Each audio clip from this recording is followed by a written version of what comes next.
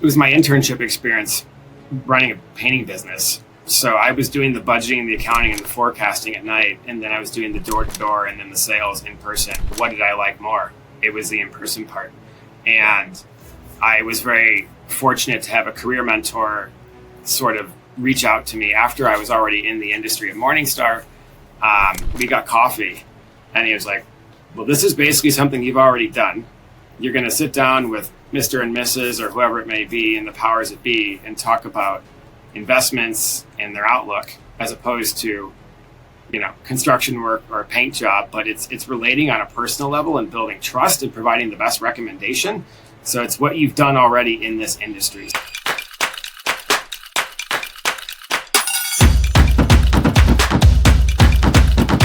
Great. Thanks everybody for joining. This is officially episode 2 of Building Better Portfolios. I'm Paisley Nardini, your co-host, with Josh Flade, our other co-host, and we're super excited because it's not often or every time that one of our guests is a mutual connection of both Josh and I. So we are joined today by Devan O'Dowd, who is somebody that Josh and I have both known for years. And we're super excited because Devan just recently joined a new firm, which he will talk about. But as it relates to thinking about like the backdrop of building better portfolios, we have kind of a myriad of guests, people that are investment focused, that are distribution focused, more academic, more practitioner. And the reason we were excited to have Devan join us is through his distribution lens. He has been in a sales marketing role for much of his career and is now in more of a leadership role and thinking about building out distribution. And so I think today's episode will be really beneficial for anyone in kind of a sales marketing capacity. I know Devan has a lot of really great insights. So without further ado, Devan O'Dowd, our guest today, just recently joined Tema ETFs as head of distribution. And he has recently joined from Global X ETFs, which I think many of us are familiar with. And I think the commonality between Global X and Tema is just really innovative, unique strategies in the marketplace. And I might just share anecdotally that I'm seeing through advisor interest just more appetite for unique sources of risk and return, more thematic expressions of ways to invest in equities and fixed income and alternatives. So super excited to have you, Devan. Thanks for joining us. Maybe we'll just kick off, if you wouldn't mind just giving us high-level background, and then we'll start diving into some questions. Yeah, thanks for having me. And when you and I connected on this and then mentioned Josh, it was a yes before, but it was an absolute yes after. So I wasn't even sure what you guys were doing there. Yeah, really excited. Lots to cover today. A lot of coffee this morning, so if I get going, just tell me to throttle it. But I started my career at Morningstar. The dream job was to be, David Giroux, equity PM. That was sort of always the plan. I was in the Morningstar development program, and it was a really good introduction to the world of research, capital markets, sales and marketing, and sort of everything in between. But through a bit of a kind of a tech culture and a tech lens, I've always been a fan of small business and startups. I ran a painting company in college to pay for school for 2 years. So as I was looking at, all right, what's the next chapter going to be? Big firm, small firm, scrappy, startups, go to law school. I was trying to figure out what that would look like. And the development program was perfect because you got exposure to a lot of areas. I specifically was on the advisor sales team, where we did, frankly, a lot of research on their behalf and tried to kind of sell them software and make sure, if I want a portfolio with a Sharp of X and a Sortino of Y on EM equity funds, we'd have to go build that out. So it was a really good blueprint for how portfolio construction and asset allocation works, but across different channels. It's $1 billion RIA, it's more mom and pop kind of retail RIA or independent broker dealer. They have different services and different business lines for different types of clientele there. So you get exposed to all of it. I was really lucky to sit. You guys are familiar with the Morningstar style box, right? Yep. Yeah. So I sat on the same floor as a guy named John Reckenthaler, who was the one who designed the Morningstar style box. And he was infamous for his coffee time, where if you met him just randomly at the coffee kind of area, he would give you just carte blanche, top of mind thoughts.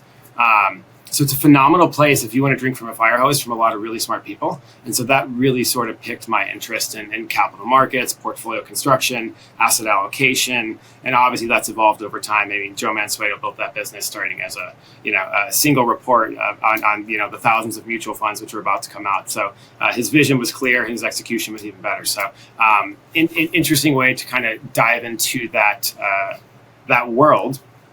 The plan was ultimately go into equity research. But after 366 days, I left to go to a small company, which was an RIA. I knew for me, I didn't want to spend whatever that time frame was to get through that corporate ladder, having already had a pretty entrepreneurial experience in my background where I had close to 20 employees and I was 20 years old. I had no idea what I was doing, but I figured it out to some extent anyway. I'll give you some names to check on that for later. Let me know what they say. And pretty quickly realized maybe it would make more sense to go to a small firm where I can be analyst, internal wholesaler, guy that plugs in the computers, and kind of everything in between. So I wound up working for a firm called Cedar Capital, which had multiple suites of products. The big one was Good Harbor. River North was a closed-end fund strategist where I got to work as a product specialist there. So for me, it was how many jobs can I do under the age of 30 as fast and as possible. Nailed and it. figure out what I'm good at, what I'm not good at, what I like, and what I don't like. I made many, many mistakes, but I was lucky to sort of network my way in the right directions. And what you learn from a asset allocation perspective relative to your podcast is there are thousands of ways that people build portfolios. Some set it and forget it and look at it once a year. I think the three of us are probably up at market open or maybe even before looking at futures markets. I'm not saying one is better than the other. The devil will be in the details there.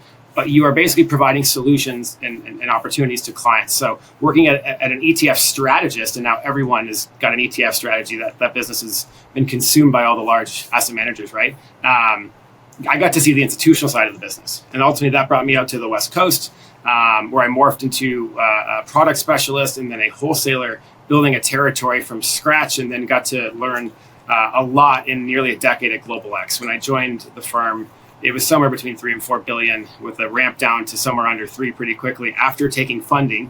And then by the time I left, the firm has a healthy 60 billion plus handle there, and over 100 ETFs. When I started, it was probably somewhere between 30 and 40. Yeah. So again, theme here is really lucky timing, but was very open to taking risk.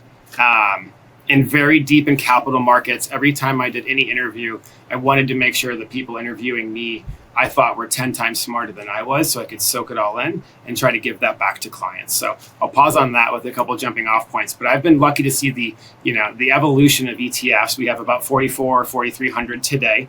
I believe there's 45 new entrants to the space this year, and last year there were 54. You can Eric Balchunas fact quote that, but I think it's roughly the number. So you continue to iterate, and I think what's most interesting, I just look at it like an evolution of fintech eliminating barriers. Like that's what the ETF business has done. It gives you access to exposures that you can't easily replicate, or at least replicate across your entire portfolio.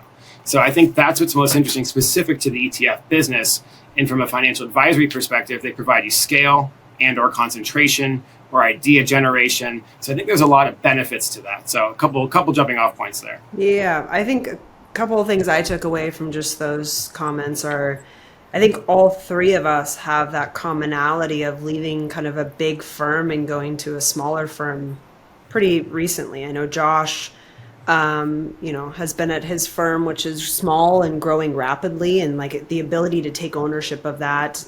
For me, joining Simplify, same thing, is like kind of a startup fund that's getting its skis under it and is starting to grow pretty rapidly as well. And I think all three of us probably share that commonality of liking to take risk, liking to take ownership, and for better or for worse, right? You jump into the deep end without a life preserver, and suddenly like you get full upside and you also get full downside. And for a lot of people that's scary, but you mentioned, your willingness to take risk and put yourself out there.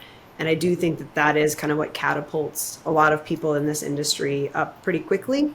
And again, there's nothing wrong with working at really large firms, but it's a lot harder to scale quickly when there's so much red tape and such. So I also think too, just your comments around ETFs. I mean, I work in the model portfolio business as well. And every single day, every single week, every single month, we're getting requests for ETF only model portfolios, whether it's an income sleeve, an alternative sleeve, a multi-asset solution.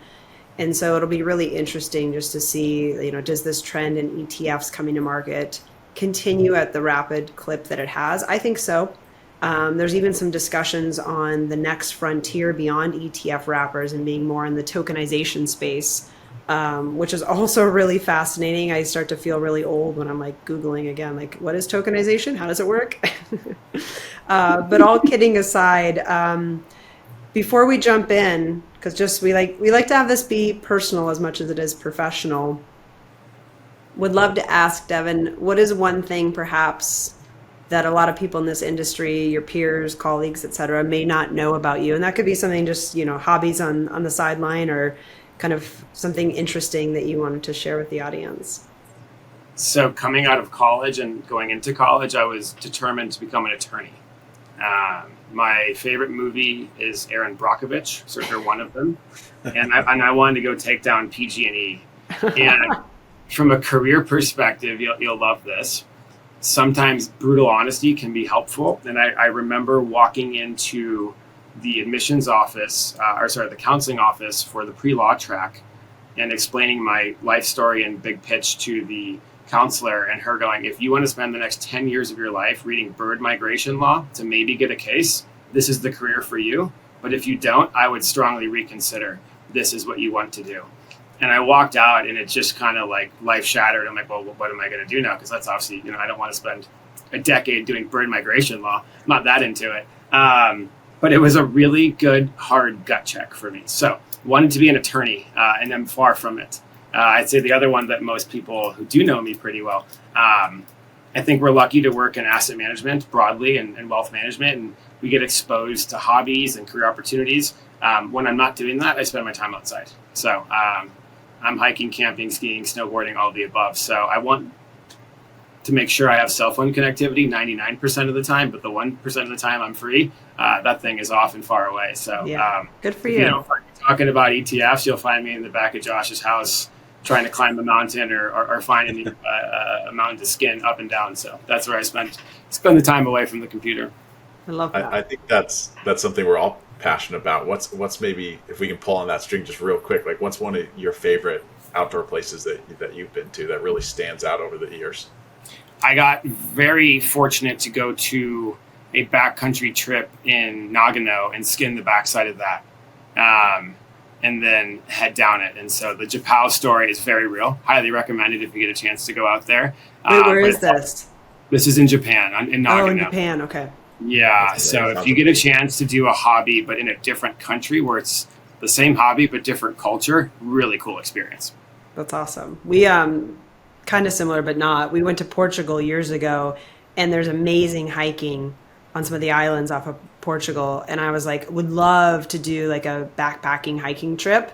And then I realized like for a week and a half with the suitcase, I was like, I don't have enough room for like cute dresses and hiking clothes. So we'll do the hiking trip later. Yep. Yeah, you have to pack efficiently. That's for sure. Exactly. In between, we'll talk a little bit about, Josh will give you one other quick one. In between Global X and now Tema, I did do a week in Costa Rica and then a week in Peru, but it was all outdoors. It was surfing and kayaking down the Apurimac and all that. So again, trying to live true to my thesis there, like spend time away before you go deep. So I was fortunate this year for a couple of months. That's awesome. Sounds magical.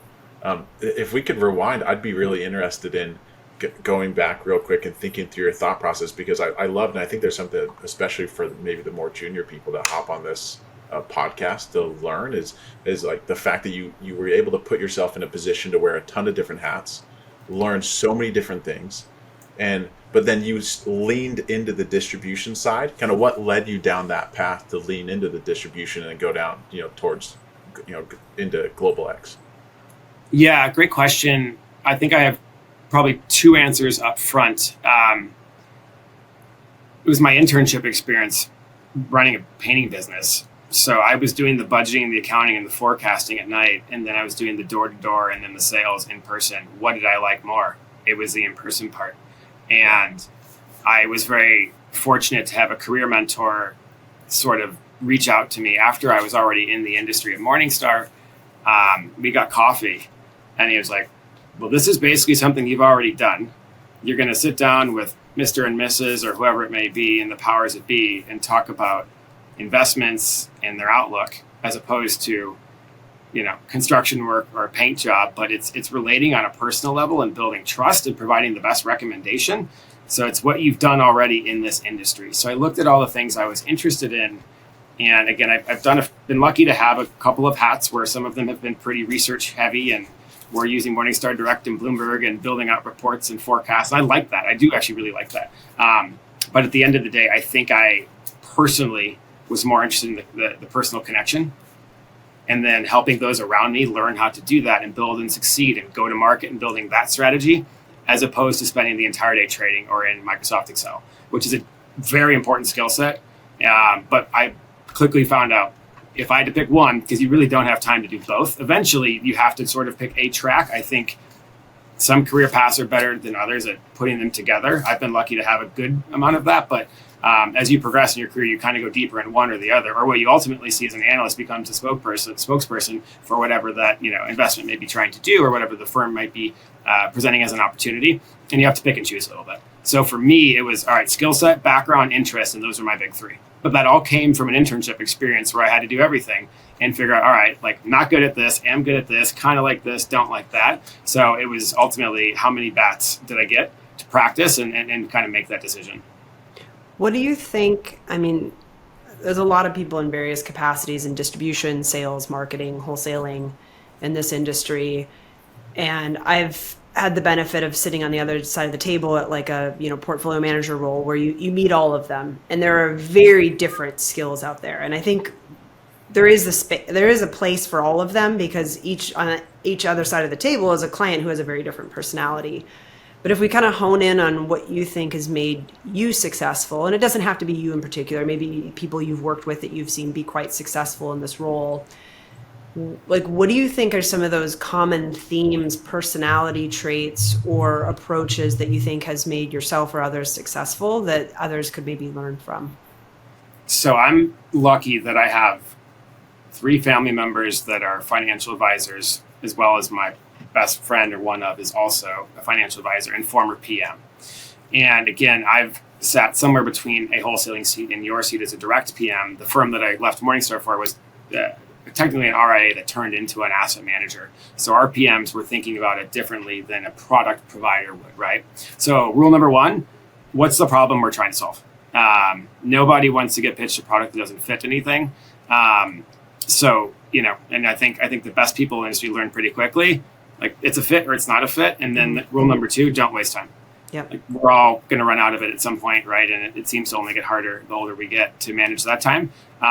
So brevity and being succinct is quite important. But I think just punching down on number 1 a little bit, not every investment is a good idea for every person, despite how excited we might get about it. So you have to understand, and that can come in a different wrapper too. Is it an SMA, CIT, UIT, ETF, direct listing, secondary? Like, there's a lot of different nuances to this. So I think understanding the framework, which I know sounds pretty easy and broad, but actually it's pretty different.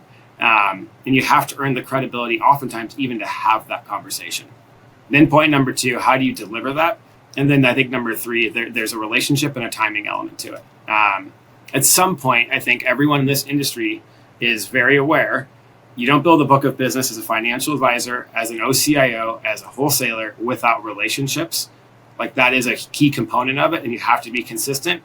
And for me, it's always giving something of value and trying to thread the needle on when or if there's even an appropriate ask. Because I think a lot of people ask a lot and give very little, particularly at larger firms that might have a lot, right?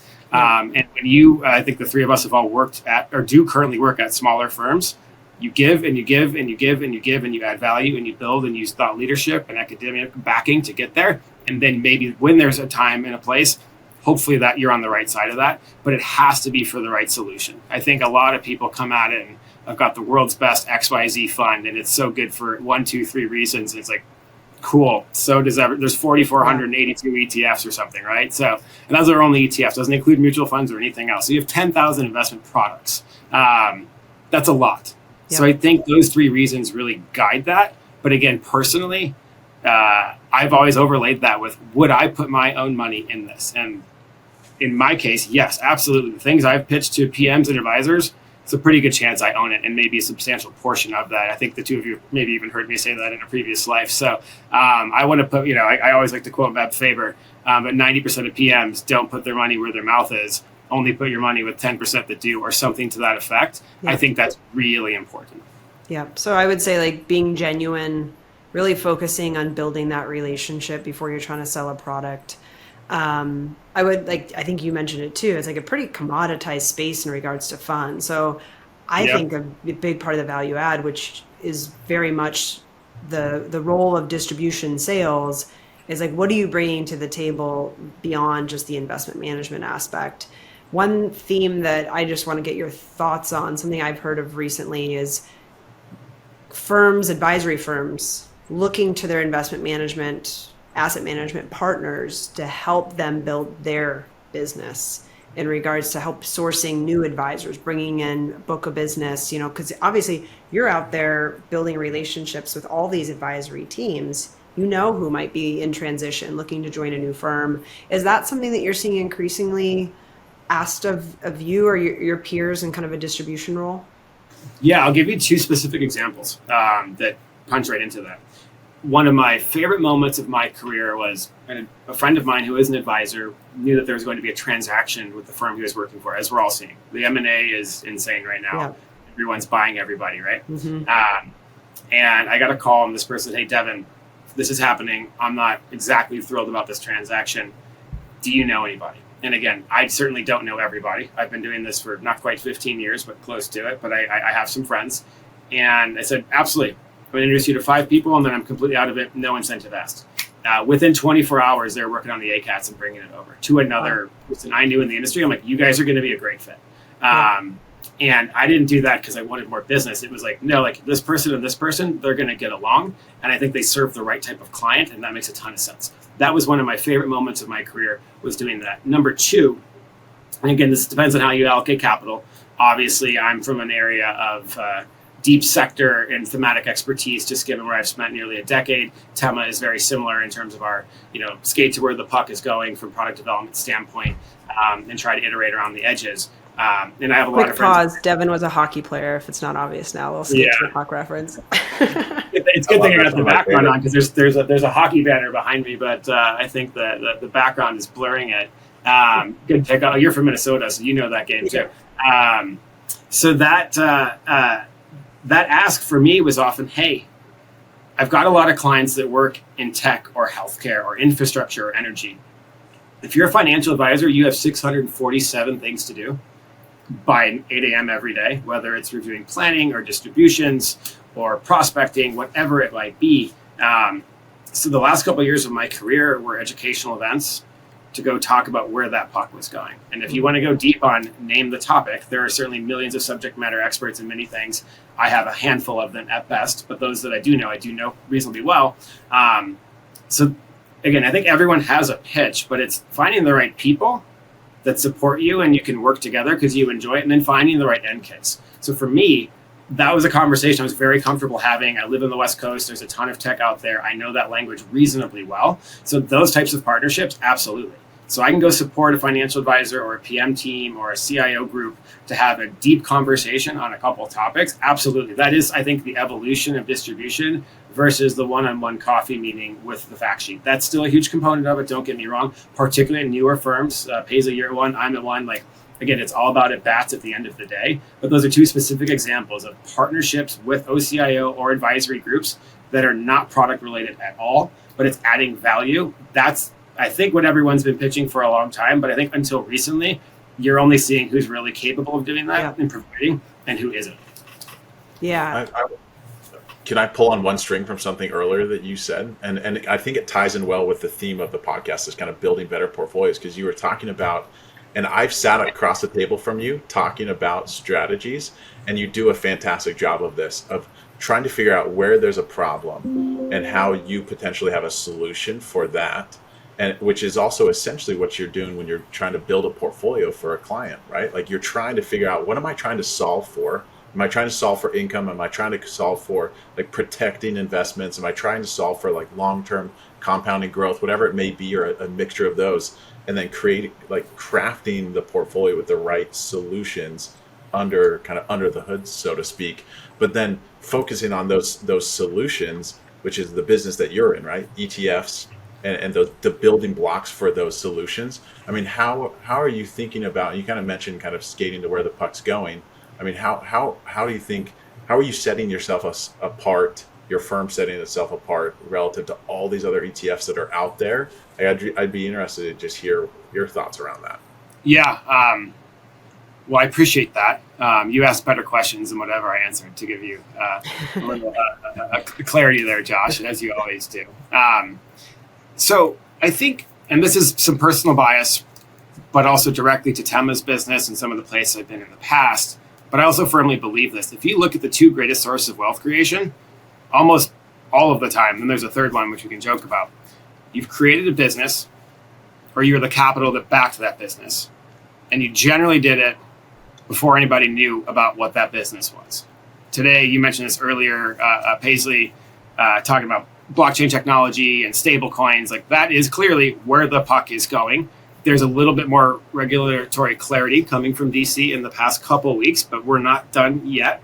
So I think that's one specific example of thinking about that. So Josh, very simply put, you guys are all familiar with GIC sectors, right?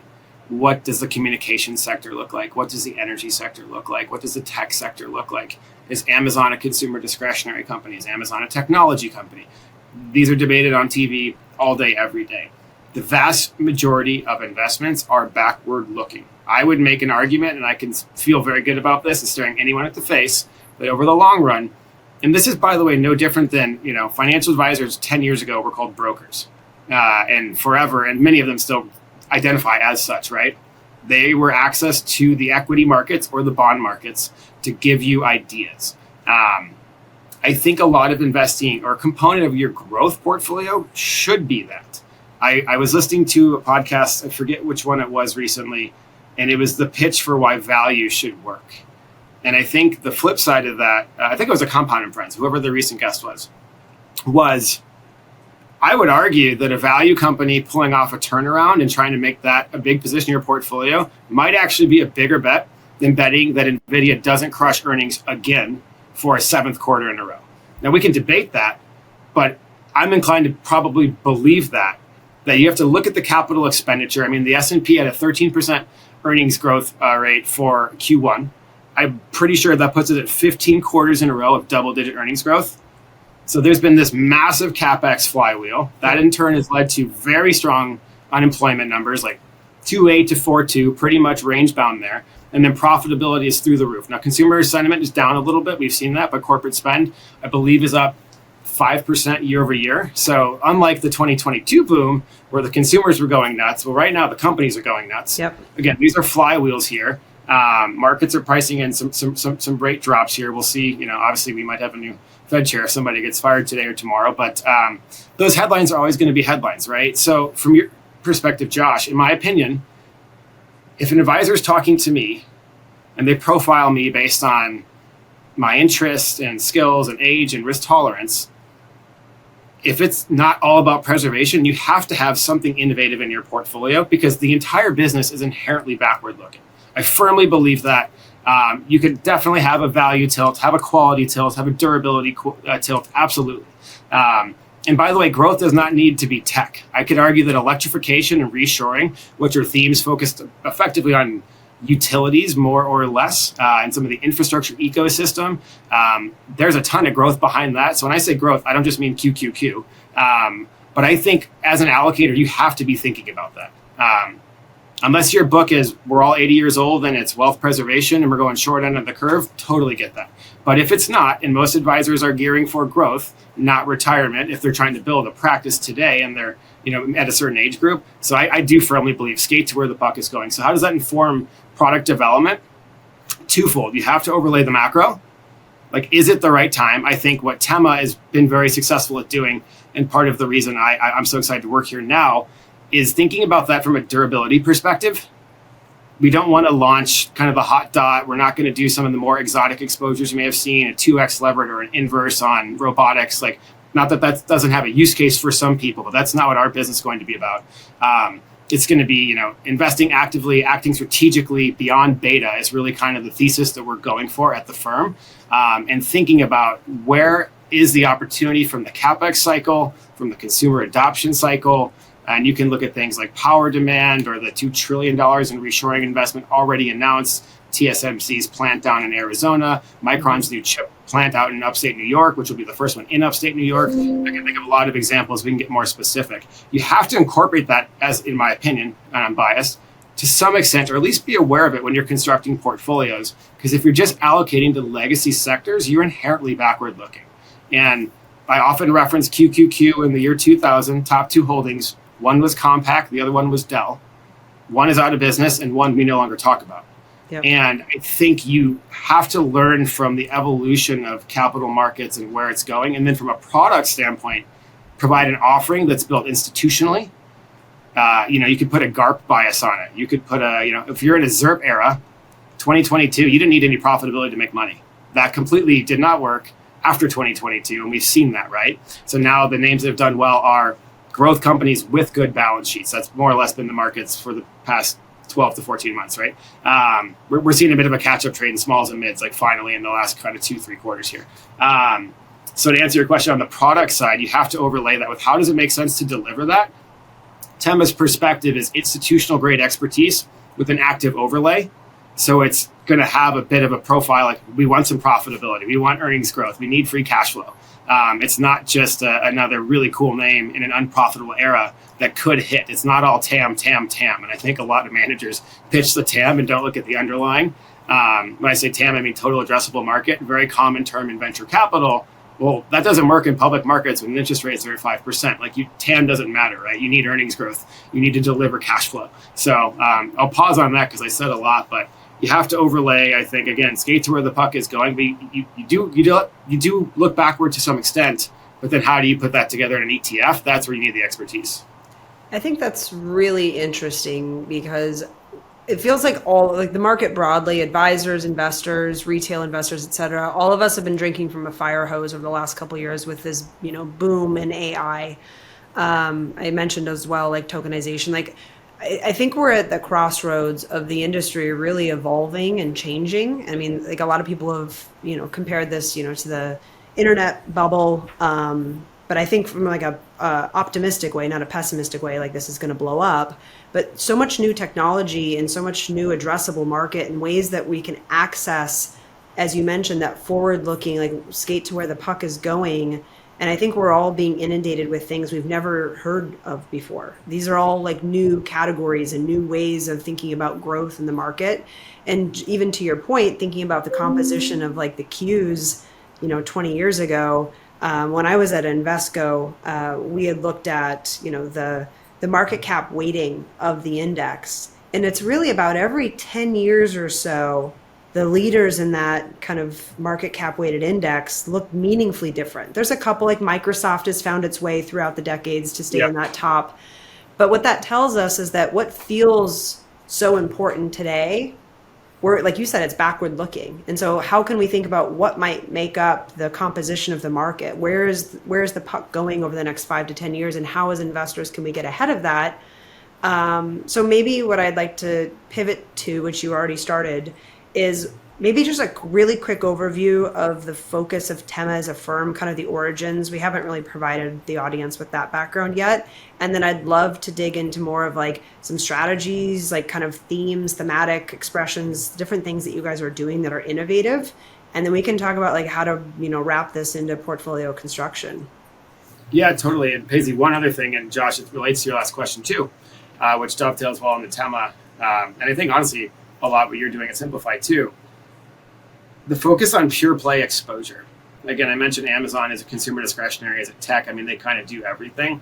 But Josh, I think what a lot of PMs that I work with, they're not looking for another wrapper that looks like another wrapper. And when you look at, you are quite literally an OCIO, Josh, so other advisors will work with you to outsource that because you know this world so well with a deep expertise in alts, fixed income, and equities, right? So I think that's interesting. What I see, we'll do portfolio reviews for advisors, and there will be 12 ETFs, hypothetically. 4 of them functionally accomplish almost the same thing. If you pull out some MPT stats, like the top 10 overlap is significantly high. The active share of most of their managers is kind of like sub 20. So if you think about it at a PM level, what ETF and just fund managers in general should be trying to offer is something differentiated and different, because I see like it's the wrapper is really good, the ticker is even better, and the story's even better. And then you look under the hood and it's the 10 names we own, right? Yeah. And I think that was the whole kind of green ETF kind of push, where you just popped the hood on green ETFs and it was just like, oh, why don't you just own QQQ and pay 30 less basis points, right? Yeah. So I think you see the proliferation of product development. And I think kudos to the advisory channel and all the CIOs. Like, hang on, we're not buying these. Like, if once you look under the hood, I'm just crowding my portfolio with more tickers, which means I have to do more trading, but I actually own the same 7 securities. And I think all of our shoes have touched that in a different way. And I think in some ways it's been a good reckoning for the ETF. And the ETF providers that have grown, by the way, were the ones that provided differentiated exposure from day one, because they got it right. And so again, my interest, I'm at the Tema team last year, was what came from an investment perspective. Like, they're doing something different and intelligent that is markedly different than what I was seeing other folks do in sort of the core and then the thematic space. So at a broad level, and I'll talk a little bit about a handful of the portfolios in detail, but at a broad level, Tema is focused on strategic active portfolios across core. Income is coming. We have a pretty deep sector suite already, which is going to continue to be iterated. And I think what you're seeing is a lot of these ETFs in these sector spaces, they own a lot of the high flyers, but there's zero risk management.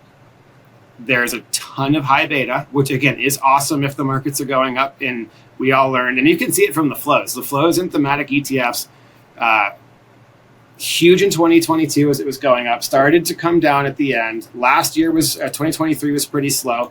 Markets have rebounded and now it's pretty high. Every investor, and I don't care how many letters you have behind your name, tends to buy markets at all-time highs. We've seen that. So at Tema, the differentiation is taking an academic approach and really trying to look at, all right, like, is there free cash? I mean, we are targeting a theme. We run the largest reshoring ETF. The ticker is RSHO. We launched the world's first U.S. electrification ETF. The ticker is Volt. But if you look under the hood, these portfolios are going to have a tilt and a bias towards companies with earnings, with revenue, with cash flow, actively managed, and can be managed on the downside as well.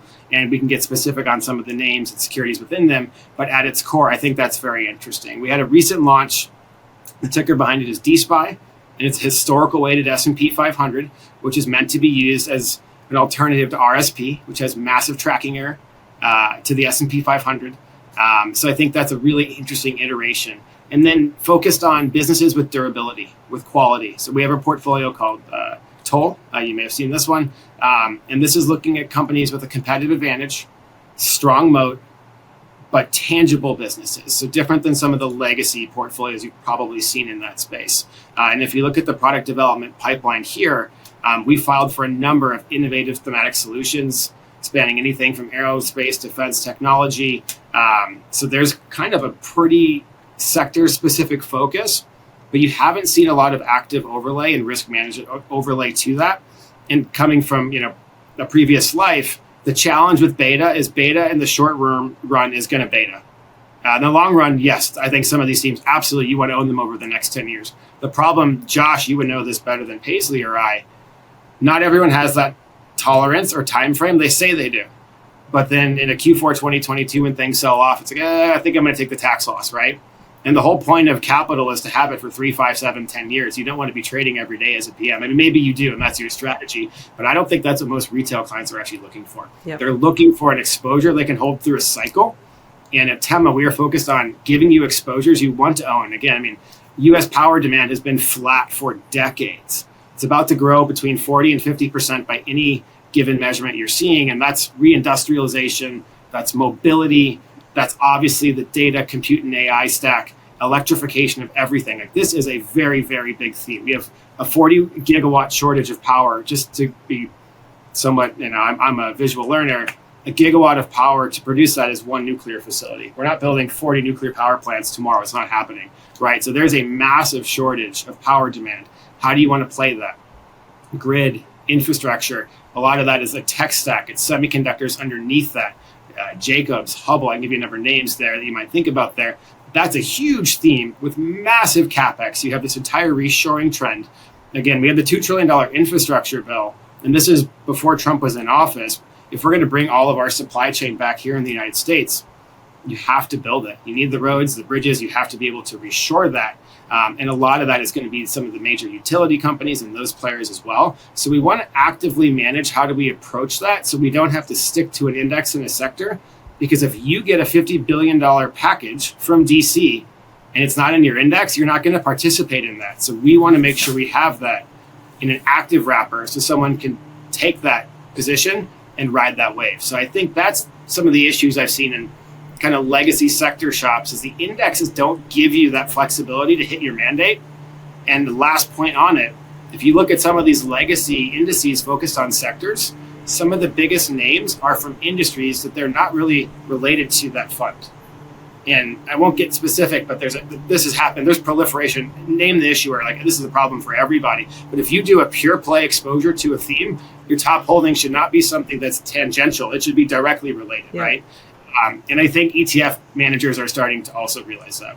Yeah, and I think that goes back as well to your earlier comment on looking underneath the hood, because there's a lot of cute, fun things coming to market. And then if to really understand them, make sure that it aligns with your investment philosophy or objectives that you have. But I do think you're right, not to be political in any sense, but I do think, with the new administration and making waves and thinking about a lot of these new bills and new priorities as it relates to, bringing things back to America and onshoring and such, this is a really interesting theme. The one question I may have is how, as it relates to you working at this more kind of forward-looking, innovative firm, the strategies that you guys have to offer, do you encounter a lot of advisors that just say, no, we're fully passive? And is there a barrier that can be broken there? Is there an educational gap as it relates to helping advisors? And again, there's nothing wrong with passive. I think passive will continue to play a big role in a lot of portfolios. But I do think the last couple of years, we've seen some of the limitations of passive as it relates to risk mitigation. And so, how are you helping advisors see the value of these more thematic, forward-looking exposures in a portfolio? Yeah, it's an awesome question. And again, I've spent the vast majority of my career in passive. You start your career at Morningstar, and they basically drill wide moat investing in and then low cost indexing, right? Yep. But then the irony of that is they have an entire mutual fund rating system. So But we digress. Yeah, exactly, right? It's a great question. I don't know the exact stat, but I want to tell you roughly 1/3 of the flows year to date are in active ETFs. I believe now, that. I will poo-poo our industry a little bit. A lot of that may be self-funded from the issuer themselves or from a different department. And so it's always kind of hard to read between those lines. But by and large, the trend is there, and the advisor has shown, particularly active fixed income and in sector investing, that is absolutely there. If you're going to go into factors and multi-factor, aka formerly smart beta or active beta, whatever acronym you want to throw out there, those are becoming systematically active so that a PM can override a bad earnings report for GE as a hypothetical, right? Yeah. I have definitely talked to many teams that we just use passive ETFs, totally, but they still want that education and they're open to it. And I think, again, if you're a wholesaler like I've been for much of my career, the one thing I've learned, some of the biggest firms and advisory practices, the head of the firm or the CIO quite literally responds to cold calls or cold emails. And what I've seen, and I've just been lucky to be on the phone, the person making that call sometimes, people want new ideas because this business changes so quickly. Mm-hmm. If you say, no, this is how we do things, this is how we do them in perpetuity, you're not seeing all of these innovations and hundreds of products and hundreds of billions of dollars flowing into them for no reason. It's not all marketing. There's alpha and there's merit behind it. The best PMs, CIOs, and or business owners, and I would say in the industry, they want new ideas because they want to keep growing. Now, if you are selling a hokey hot dot, go pound sand, totally get that. But if you're actually adding value, doing something innovative and something different, again, at Tema, We're backed by Index Ventures, Excel Ventures. We're backed by some of the biggest VCs in the world. I think that actually makes us the only VC-backed ETF company that's independently held in the industry right now. We're doing something here from a product dev standpoint that is very different. Our board members are very senior former CEOs of large asset management companies. I think that's the bet they're making, one, for Tema and our firm, but at the PM, CIO level, I think if I ran a $50 billion company myself, I would want to know, again, back to the hockey, where is the puck going, not where it is. Because if you get stuck in your ways, that's when you get stagnant, and that's when the growth rate goes down. So tons of education, Paisley, you're spot on. But I also think the data bears it out, and you can see that whether it's a Sharpe ratio, downside protection, pick your poison in terms of preferable MPT stat there. But I think the math actually backs it out, and that's the most important part. Yep. I love it. I mean, I work at an active ETF shop as well. And again, I'm biased because I'm probably talking to the advisors and the investors that have interest. But I do think there's an increasing appetite for innovative market leading type strategies that are focused on active management. And again, I think passive will remain a big part of the market, but it's moving beyond just passive because many advisor portfolios are fully indexed, low cost passive. And if their biggest value is, the planning aspect, that can be okay as well. But you're right. What's driving the market today is going to be much different than what's driving the market in 3 years, 5 years, 10 years. So firms like Tema, firms like Simplify, and many others out there, I think, are just starting to kind of lead that charge. So I think that's super exciting. One thought for you on that too. Sorry to interrupt, but you're so spot on. I mean, if you just think of 3 big themes right now, it's trade wars, supply chain insecurity, deglobalization. That creates opportunities across the spectrum. Be it managed futures, be it currency hedging, be it commodities, be it reshoring, electrification. So I think what you've seen traditional, classic, macro hedge fund managers do forever is exactly what, frankly, firms like the ones that you and I work for are doing, but in a low-cost, transparent solution. Yep. To me, again, back to the top of the call, that's a fintech. That's an evolution. We're not charging it $2 and $20 to do that. So the heyday of that industry from a fee standpoint, we're well past that. But I think that's good for the end investor. That's what it's all about. So you take these macro themes, and it's up to the issuer to package them appropriately. And then someone like Josh, who knows this world better than most, it's appropriate or it's not, and do the diligence on that. And I think that's where you can see a lot of value added from distribution professionals, CIOs, analysts, all working together. Yes, there's probably too many products, too many salespeople, and too many advisors across the board. But the best ones are all looking to get better, which is why we're even doing this call. So, I think I'm very bullish on this trend continuing, and partnerships and collaboration and education continuing to kind of show the merit. So the last thing I wanted to touch on, I know we're kind of coming up on time. Real quick, Paisley, can I just mention one other thought that I have, which is if you don't have, you have to have an open mind to that things are going to change. And so, I mean, I know, when we went to college, everything was small cap, value. If you look back historically, small cap value was the best performing asset class over decades. Yep. And if you would have been long small cap value over the last 10, 15 years, you would have gotten it completely wrong. And so if you're not open to thinking differently and changing your mind and just having, that kind of mindset, you're going to miss the next opportunity. Anyway, sorry, Paisley, you can keep running with what you're going to say. I got one piggyback on it, but I remember, you guys, this is relevant to the conversation, maybe what you're going to ask me. I had been in the field as a wholesaler for exactly maybe 9 months. And I cold called a firm that ran $15 billion, which is a huge firm today and a really big firm 10 plus years ago. The founder or CIO picked up the phone and goes, "Hey, what do you got?" We had a 4-minute conversation in a lunch meeting 2 weeks later. That person today is still a client of mine. Cool. And not a huge client, but they're still a client of mine. So the best, brightest, biggest, smartest, they do want new ideas. And my career has been living proof of that. I've just been lucky enough to, one, do the homework. So I have the hopeful, subject matter expertise and reaching out to the right people. So again, I think that the world continues to go around from these types of iterations in our industry in particular. I love that. Okay, last question for you. Is part of your new role is building out a distribution team, whether that happens overnight or over the course of the next couple of years as the firm grows. Thinking about, potential listeners on this episode that are in a similar position of distribution leadership, like what are some things that you're thinking about as you build out your distribution efforts at Tema and the team that you're building? So, great question. A lot of that is taking some of what we've talked about on this call, but understanding the marketplace and the buyer. And I'll get a little overly specific, but I think the industry has been somewhat disserved by large corporate expense accounts and lack of value. That's always going to be a part. And again, I have friends in tech, and that's even 10 times bigger than what we do sometimes, right, in terms of the T&E and what they're doing.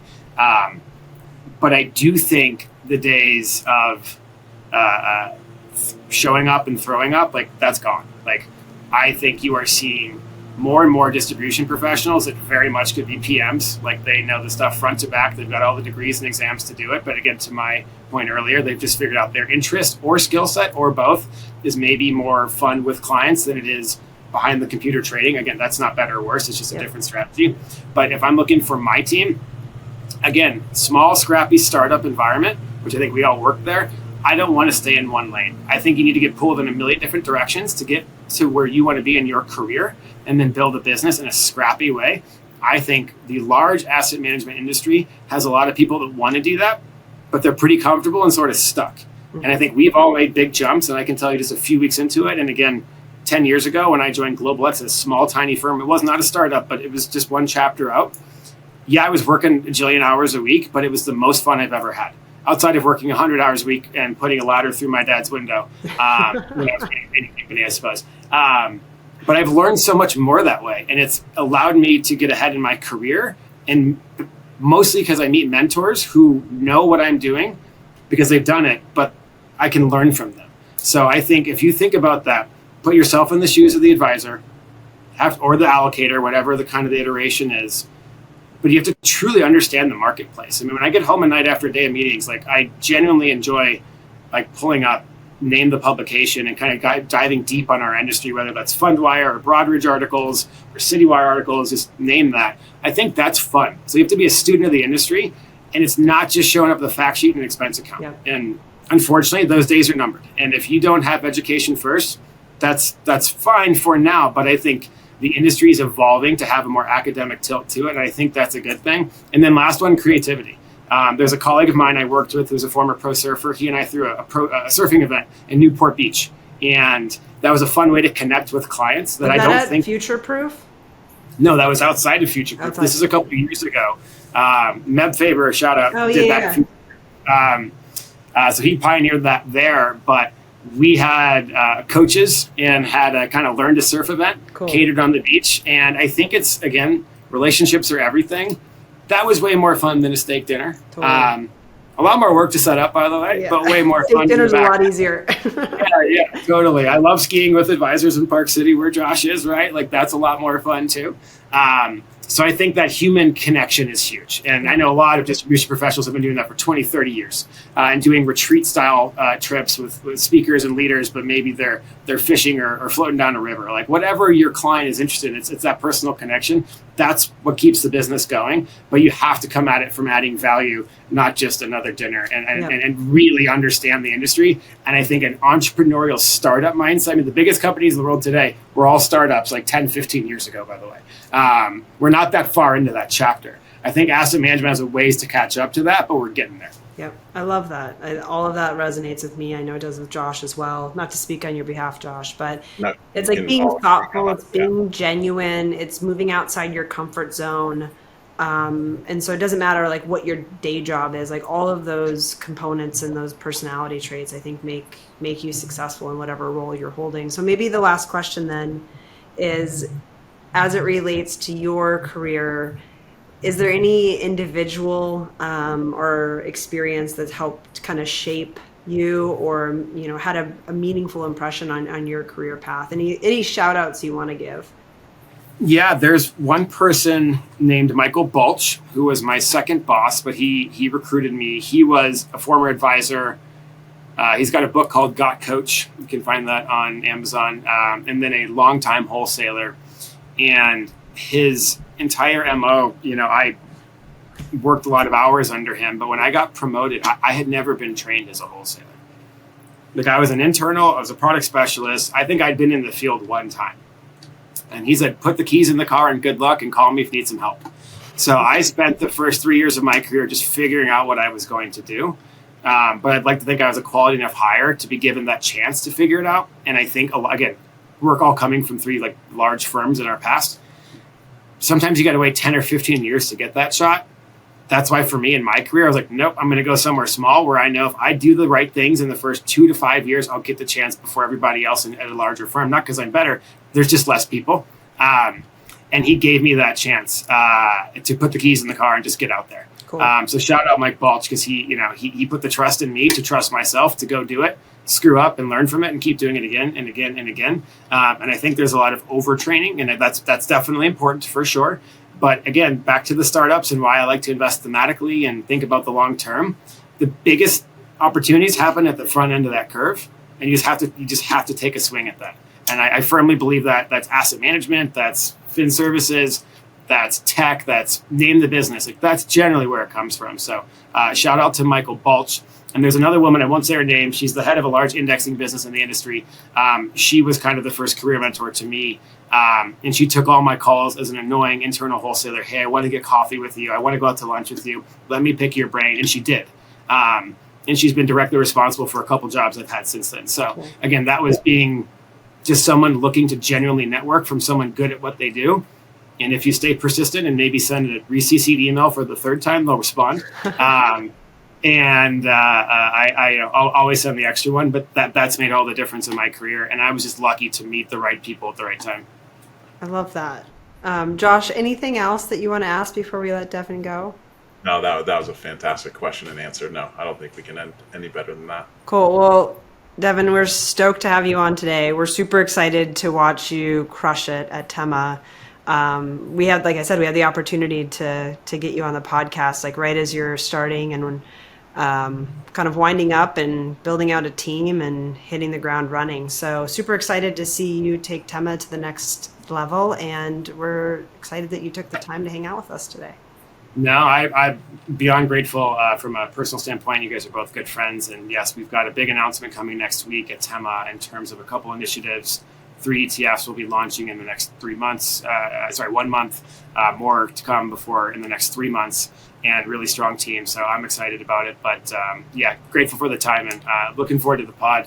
However you guys drop it. I think you guys, you'll be over the All In podcast, I think by January personally. So Josh and I joked when we started this, like our goal is to become the next Joe Rogan.